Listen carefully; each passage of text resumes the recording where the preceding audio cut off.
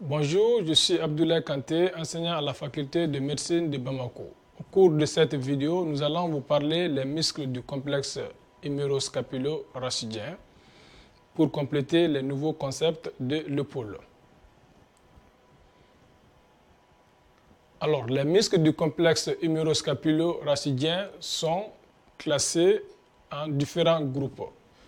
Ils sont classés en différents groupes. Il y a des muscles effecteurs, des muscles qui vont assurer le déplacement des segments osseux impliqués lors des différentes mobilisations du complexe huméroscapulo-rachidien et des muscles fixateurs qui vont fixer ces segments osseux lors des mobilisations du bras. En plus de ces deux groupes musculaires, il y a aussi un troisième groupe musculaire qui sont des muscles ajusteurs. Ce sont des muscles qui vont permettre le recentrage de la tête humérale au cours des différents mouvements au sein du complexe articulaire de l'épaule. Alors, ce qu'il faut comprendre, c'est que ces fonctions peuvent s'inverser en fonction de l'amplitude de mouvement. Alors, quelles sont les différentes fonctions des différents muscles au sein de ce complexe articulaire de l'épaule? Donc, nous allons commencer par les muscles effecteurs. Les muscles effecteurs mettent en mouvement le segment osseux, c'est leur fonction principale. Ici, sur cette vue, nous voyons le muscle deltoïde, notamment son faisceau claviculaire, qui permet de mobiliser l'humérus.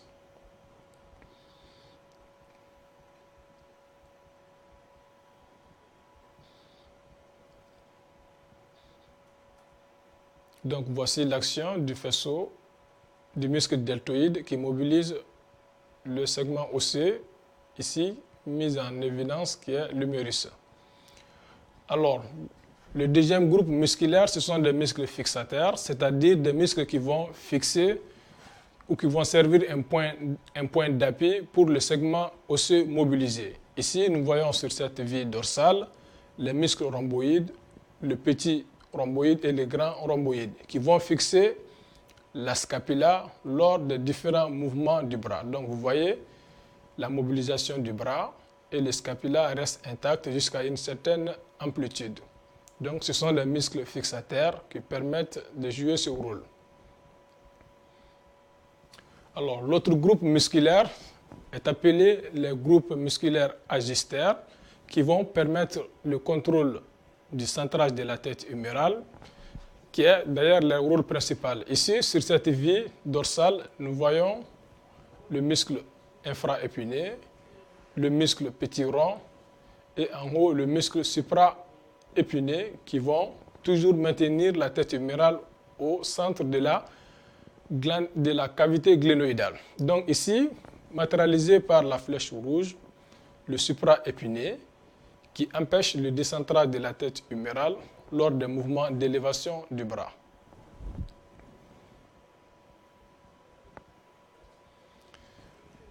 À présent, une autre classification existe en ce qui concerne les muscles du complexe huméroscapulaire et cette classification est basée en fonction de leur zone d'insertion. Donc, ce qui nous fait distinguer les muscles thoraco-huméraux.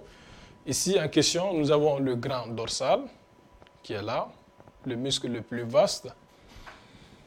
Nous avons le grand dorsal, qui est là, et un autre muscle thoraco-huméral, c'est le muscle grand pectoral.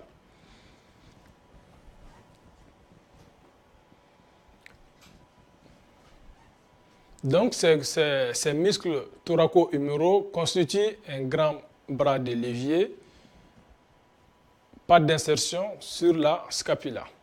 Ces muscles ne s'insèrent pas sur la scapula, ils donnent un grand bras de levier.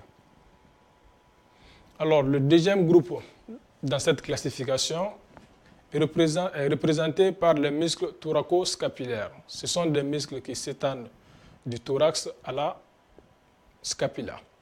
Donc, sur cette vue, nous voyons les trois faisceaux du muscle trapèze, le faisceau supérieur, le faisceau moyen et le faisceau inférieur.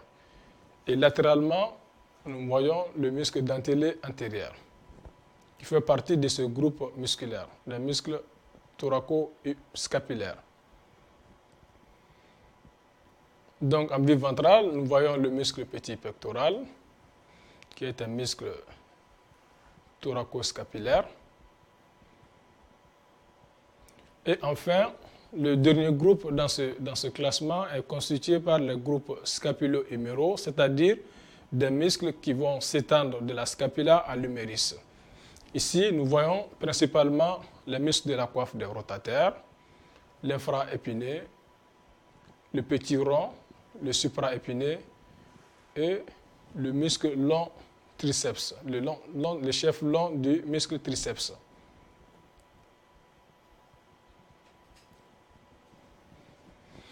Alors, ces muscles ont comme fonction principale d'éviter le décentrage de la tête humérale. Donc, ils vont maintenir la tête humérale au sein de la cavité glénoïdale, bien centrée pour éviter le décentrage.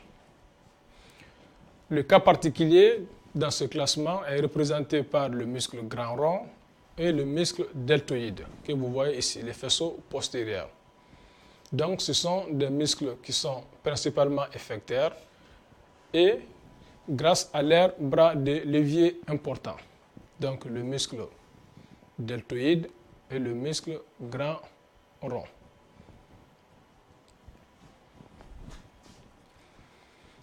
Alors, les fonctions de ces muscles peuvent évoluer suivant le secteur d'élévation du complexe scapulo-huméro-rachidien. Ici, nous voyons bien que les trois faisceaux du muscle trapèze restent dans le groupe de muscles fixataires jusqu'à une certaine amplitude.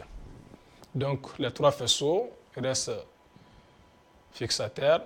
À partir d'une certaine élévation du bras, ces muscles deviennent effecteurs.